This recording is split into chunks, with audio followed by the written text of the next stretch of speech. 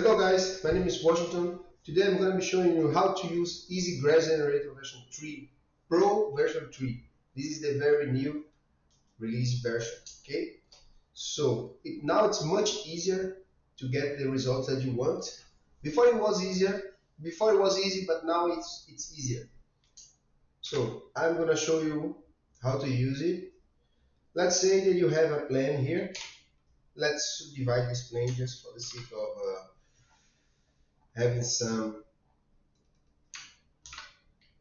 edges for one of the tools of EasyGrass.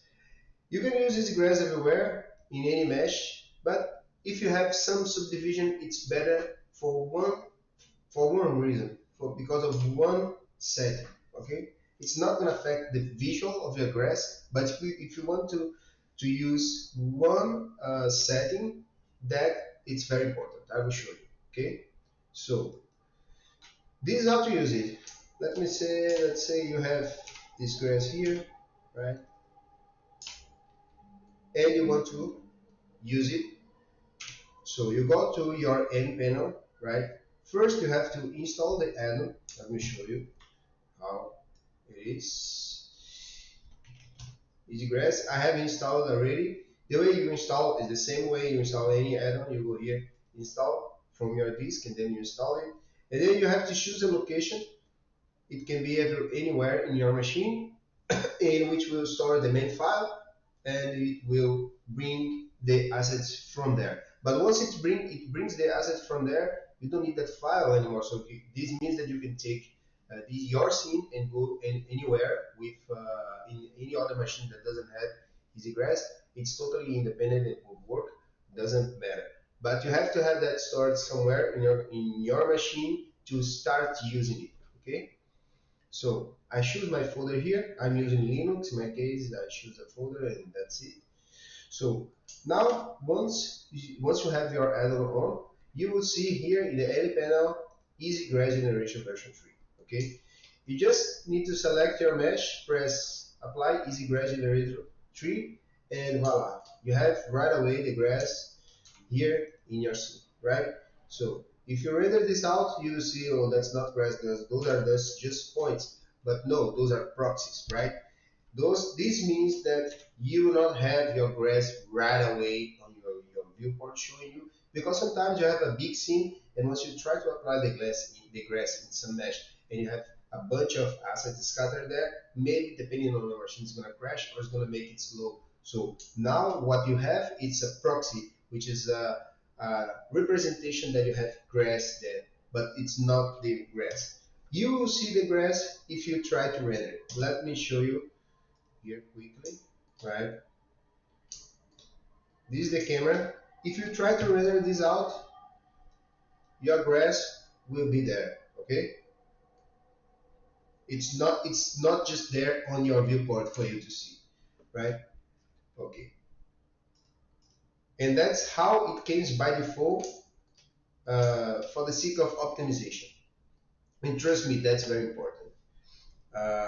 Okay, so this is the EasyGrass, right? Let's go first for general settings, okay? And for that, I will turn it off the proxy optimization, so we will see the grass here, right, in your viewport.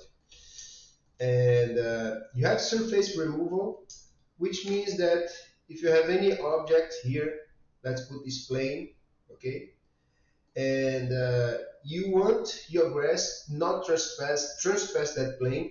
That's the reason that's good to be well subdivided, the mesh for the grass, because that counts on this specific setting. Okay, if you switch surface removal, it's gonna remove all the grass, because now it's gonna look, oh, where the grass should be removed. Okay, and then you have two options. You have object removal or collection removal. If you choose object removal, you have a pick here, so you can choose which object that the grass will not trespass. Okay, in this case, it's plane 2. I will show that, and immediately the grass will be appear again, but not where the surface is. Now, if I can drag my plane everywhere in the grass, it's not gonna be casted where the plane is. Okay, this means that I can, you know, do whatever I want with my plane, and the grass will not trespass this area specifically, right? So, and you have some control on this. Of course, if you have a collection, everything inside that collection will be taken in consideration, and the grass will not trespass that. Sometimes that's the best option depending on your scene, depending on what you want. Okay, and here you have some options to control a little bit, right? This grass removal, right? The fade in, and how much it's going to be removed, right? See, that's up to you, but you have some control. Okay, so that's the surface removal. Let's take it out. Let's maybe delete this plane. So here we have a grass fully visually how it's going to be in the render, right? You have wildness. So wildness basically make your grass wild, okay? And I will show you that. You have a wildness visualization, which it's more or less a visualization of how the wildness will be, which will create some bumpness on your grass. Maybe you are not seeing that here exactly, but if you increase your intensity, you will see how the bump will look like, and the pattern can be changed here. Okay, so if you choose more or less the pattern is fine, or maybe a little bit more intense, and then you bring your wireless down, remove your visualization. When you go to your render, you can see, right, that the grass is somehow bumped, okay, in some areas. And this is an easy way of having your grass a little bit of wildness on your grass, uh, without having that much work. Okay, to have some shadows in this grass, let's just bring the world a little bit on, reduce the elevation of the world, so we will have some shadows in our grass, right? Bring this world a little bit, something like this, so we will have a little bit of shadows, more shadows, right? So that's the wildness, easy to trick. Okay, and that's animation, so you can have your grass animated, right? uh, Let me show you how that works. You may not see this here, I mean how the animation is played around, but you can see if you kind of bump a little bit the wireless, so you can see more or less how the wave is happening on your animation, right? So you can play around with the intensity of your animation, right? Or you can play around with the speed of your animation, or the pattern of your animation, and also the distortion of the pattern on your animation, right? So you have your grass animated accordingly, right? Let's remove the animation, and let's bring the wireless down to the basic. Okay, something like this is okay. Something like this maybe. All right, and then you came to with optimization. Let's turn it off. Settings, optimization. So you have obviously proxy that I showed you before, and you also have this quick preview. Let's say that you have your proxy here, and you have a huge scene with tons of scatter everywhere, like in ArcGIS. That's very common. I'm gonna show you this here. Uh, I will increase this mesh, right? The size of this mesh by a lot. So now we have a way bigger field covered by grass. If we remove proxy, what's going to happen? Guess what? The scene will be a little bit slower, right? So if you try to visualize, for example, your animation here, it will not, you see, it will not play at any frame rate that's useful for you to see. Okay, so that's why we bring this option, quick preview. When you turn it on your quick preview, basically that will create a square with a person on top of it, so you can see exactly how your grass will look like. You don't need to do anything else. It's just for you to see how your grass will look like in quick preview.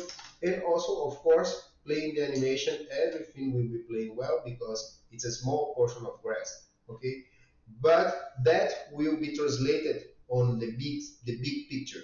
It's just a small picture of your settings. Okay, so that's an easier way for you to see how big is your grass, how the look of your grass, right? If you have a huge scene, maybe proxy system is not the best way because you will have to see, you will not see the grass as it is, right? And also, if you want to see how the animation look like, that's the best way. Okay, so you have quick preview proxy and you have view optimization. This view optimization is, let me remove the quick preview. This is a kind of a legacy tool to visualize more or less the size of your grass and the components of your grass, right? So because in here you don't have the proxy, so because the proxy it's a visual representation that there is grass there. But when you tune it on your view optimization, you see that you see your grass there, but in a way less count. Okay, but you still see your grass. You can see how it is. I'm saying it's legacy because now I prefer to see that by quick preview because I'm seeing exactly how the grass will look like. Okay, but the option is still here if you want to have your grass represented in a different way. Okay, so keep going. Let's bring it back, our grass. Let's go into proxy mode because now we're going to play around with camera, right? Uh, have a big landscape, tons of grass. You don't want the grass to be scattered everywhere, including where the camera is not seen. Okay, that's very useful. Okay, if you turn it on your camera cooling, you see that the grass is kind of removed from the camera, from where the camera is not seen. And trust me, that counts a lot in terms of speed, okay, for your workflow and especially for your render, right? So if you see here, you have basically two controls from camera cooling, which is one is screen range, which is basically the range from your screen. Let me go to your Bezier so you can see what's going on. You know, so this is your camera, right? So everything that is showing here is not showing in your render, right? So that's basically a screen setup, okay? So you can squeeze that as much as you can to save memory and save render time until you still have grass, all the grass in front of your camera. And the range is how far is from the camera, right? Let's put it 10. So you see, let's say that you're not going to see anything from here, so that's more than enough. You are saving a lots of memory and lots of render time. Okay, you still have a huge match with grass, but for this scene, the grass it's showing just here. And of course, it updates according to your camera movement, right? It updates according to your camera movement. Okay, the range is too low, okay, 24 meters. So when you go up, you still see that it's not showing here. So to be safe, put it 100 or something like that, and you will always have your camera showing, right? And as you go beyond 100 meters, and of course your grass will not be showing, and then you can tune it back to the default, which is 500. Okay. So that's it. That's for the camera cooling optimization, right? So those are the options for optimization. Okay, and that's a big deal for your scene to have everything organized and working smoothly. Okay, so now we have more settings for the look of the grass. Okay, and for that I'm going to optimization it again and going to quick preview because I believe that's the best way to visualize how your grass will look like. Okay, so in this version I have this color control. What's the color control? Color control is this guy here, which is basically creating tonalities of the grass, and you can control your grass, and you can control grass 1. You see the components of easy grass are ground, grass 1, grass 2, flowers, extra clumps, leaves, sage, and tall sage. And also you have water, right? But that's plus. Okay? So if you go to your tonality of your grass 1, which is the one that is actually you are actually seeing here, you can that's the tonality of your grass 1. Okay, and that's how the tonality is, it's really playing around in your grass. Okay, right now it's very minimal, so you just have the texture of the grass here, which is controlled inside the grass. But if you want, you can crank your tonality completely to this tonality here. Okay, or any tonality that you may want. Okay, and here you can kind of tell more or less how much of this tonality is applied to your grass. That's how you can control all the other items of your grass. Okay, and yeah, that's very much it for the color control. Okay, and with this you can create any look of the grass for different type of environments. Some are more dry, some are more, you have more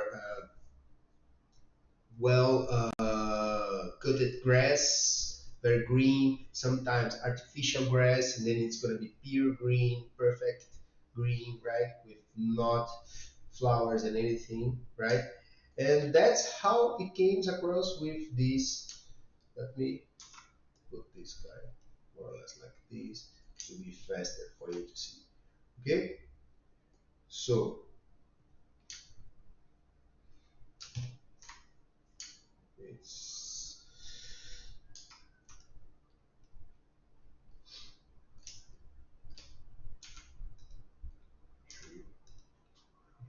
okay. So those are the components of your grass, right? Obviously, you have the ground. If you don't want to see the ground, you don't see the ground. Okay, let me go back from the quick preview. So that's without the ground, that's with the ground. Okay, so obviously you can have the ground or not, depends on what you want. The default is on. Okay, grass 1, turn it on and off. Right now you just have grass 1. Extras, which are the extras in the ground, flowers, of course, in grass 2 that you're not seeing because I didn't put it yet. Okay, so basically let's turn it back grass 1, and what you have in grass 1, let me show you. What you have in grass 1 is the density of your grass, right, and the resolution of your grass. This basically turns your grass a little bit less, you see, less low poly. It turns out a little bit more the better look. Okay, the grass. The scale, obviously, of the grass, right? And this is the material of the grass. I would recommend you do not change the material of the grass because all the colors and everything is well set up for you to see the colors based on. Let me just reduce the amount of grass here for the GPU to be able to see better here, okay, while I'm recording this video. Okay, so I would recommend you not to change the material of your grass, but if you want to change the texture of the grass, you can go here in your grass 1 texture, you go inside your texture of the grass and change it here for any texture, right? And the same principle will be applied for the UVW that I'm going to show you right now.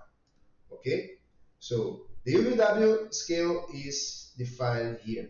Okay, and this is very cool because it can create any kind of visual for your grass without touching that much in assets. Okay, so you can rotate the your UVW here, and that's pretty much it for grass 1 and grass 2. By default, grass 2 has with a different color texture, right? And as soon as I turn it on grass 2, the same settings, density, resolution, scale, okay? But in this case, you have pattern and you have power, okay? Why?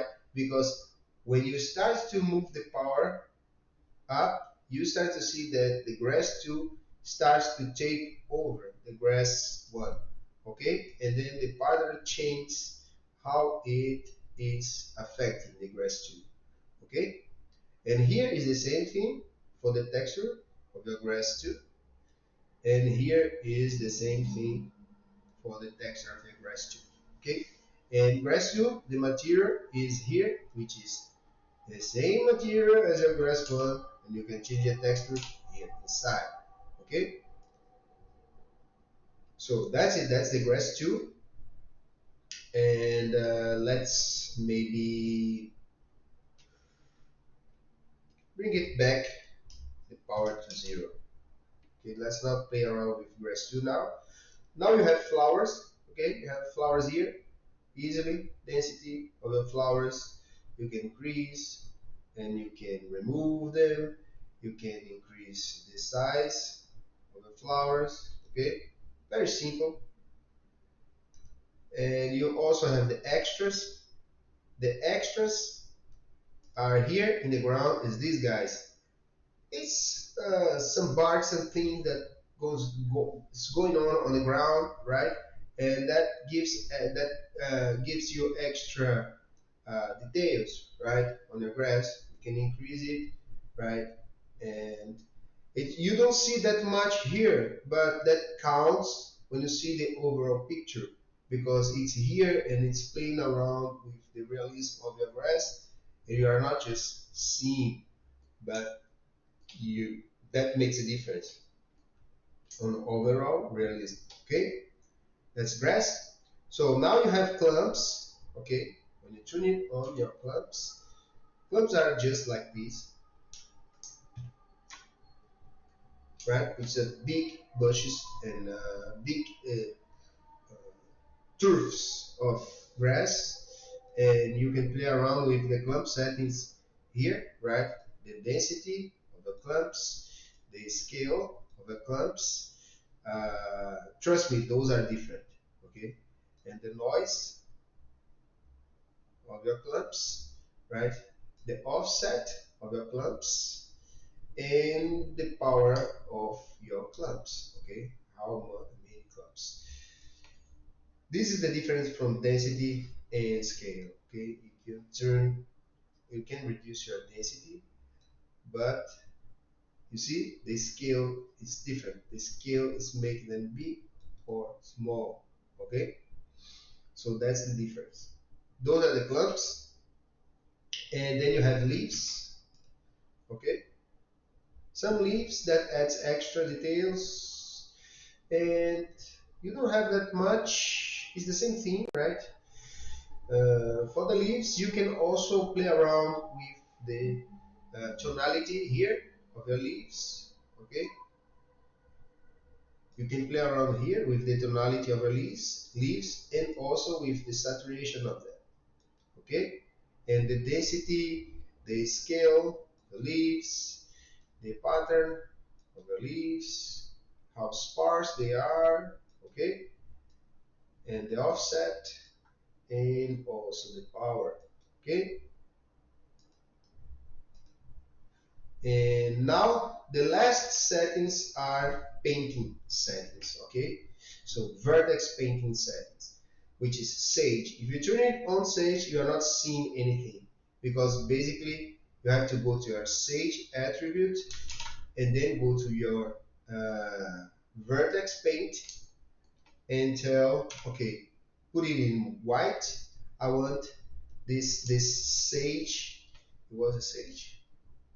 Yes, I want the sage to be painted here or there, and then you can paint the sage. Okay,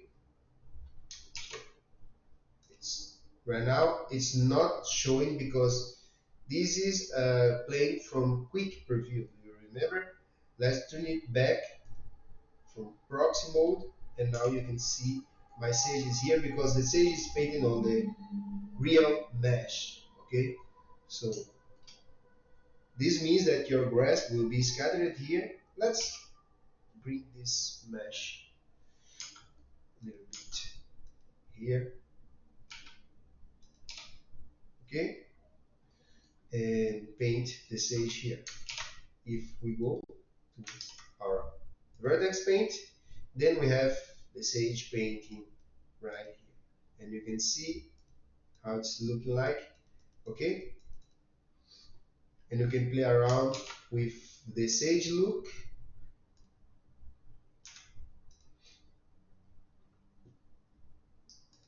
here. Density, of course you can have it just a little bit of it, right, or that much, and of course the scale. Okay, or something, and then you have something going on here. Okay, I don't know, my GPU got very slow now. I believe it's because I'm using the OBS at the same time, and then it's getting slow. Okay, but that's for the sage, and of course, let's bring one to see the sage. In your color control, you have also the tonality of your sage. Okay, you can make them blue if you want, or any color that you want. Okay, let's put this intensity 1, and you can have it here. Okay, or any color that you want. Okay, up to you. So that's for the sage, and the same thing applies for the tall grass. The tall grass is the same thing. If you turn it on, your tall grass, you have here tall grass, and then you go to vertex paint and paint where your tall grass is, and if you hit render, it's gonna render. And here in your color, you have also the tonality of your grass. Okay, tall grass. And what is water? What is water? What is that? So that is basically a little bit of water. If you have a scene and you want to quick turn some water on your scene, just let me bring this guy down a little bit. Can be this guy, just to show you, right? You want to have water, you can have your water here, okay? And you can bring it up and down, and your water is already animated, right? You are not seeing here, but it is animated, and you can have it quickly in your scene without struggling too much. It's nothing fancy, but just for you to quickly use it and have it on your scene. Okay? So that's it. That is Easy Grass Generator version 3, and this is a pro version. It's available on Superhive, Gumroad, and also in my Patreon. If you want to check my Patreon, this tool is there for just $10 a month. Okay, you can subscribe as a member and get the tool and do whatever. If you want to keep as a member, keep it. You will help me to keep developing the tool and all the other tools that I'm gonna put it available there for the membership, and also for people that just want to buy once. Okay, And yeah, that's it. I hope you guys like. If you want to help me keep developing these tools for me and for you guys, subscribe on my Patreon. I can tell you I have so many tools that I will be releasing. Basically, all my tools that are on SuperHive and also on Gumroad, I will be releasing on my Patreon membership. Okay, and I will be updating them constantly on my membership subscription on Patreon. Also, I have other fancy tools that I'm developing for my daily workflow and also 3D models that I'm gonna be putting them on the Patreon as well. Things like uh, things like this, for example, uh, GPU memory reset for you. Sometimes Blender runs out of GPU, and then you can, instead of you turn it off Blender, turn it on, close Blender, open Blender again, open your scene, you can reset your GPU here. You can downscale textures up to 2K, 1K, and exclude some objects from those downscale, right? Tools that I'm using on my day, I like create, and I'm using on my daily workflow that I will be putting also available on my Patreon. Another tool which is very fancy is this guy here, okay? The material overhide, because Blender you can overhide materials all at once on your scene, but sometimes you want to overhide materials but you want to have a glass or any other material, any other object that you don't want to overhide the material, right? So that's why I have created this material overhide, and I can include and exclude any object from the overhide and it will work. Okay, things that works like 3ds in 3ds max, V-Ray and things like that, and I miss here. I'm now doing those things here in Blender as well. And those tools will be also available on my Patreon membership. Okay. I hope you guys like it, EasyGrass. I'm really satisfied with this version. I'm really happy. I'm using daily, every day in my work, and it works just as expected. Works great. Okay. And I'll see you guys soon. Have a blessed week, everyone. And bye bye. See you soon. Take care. Eh?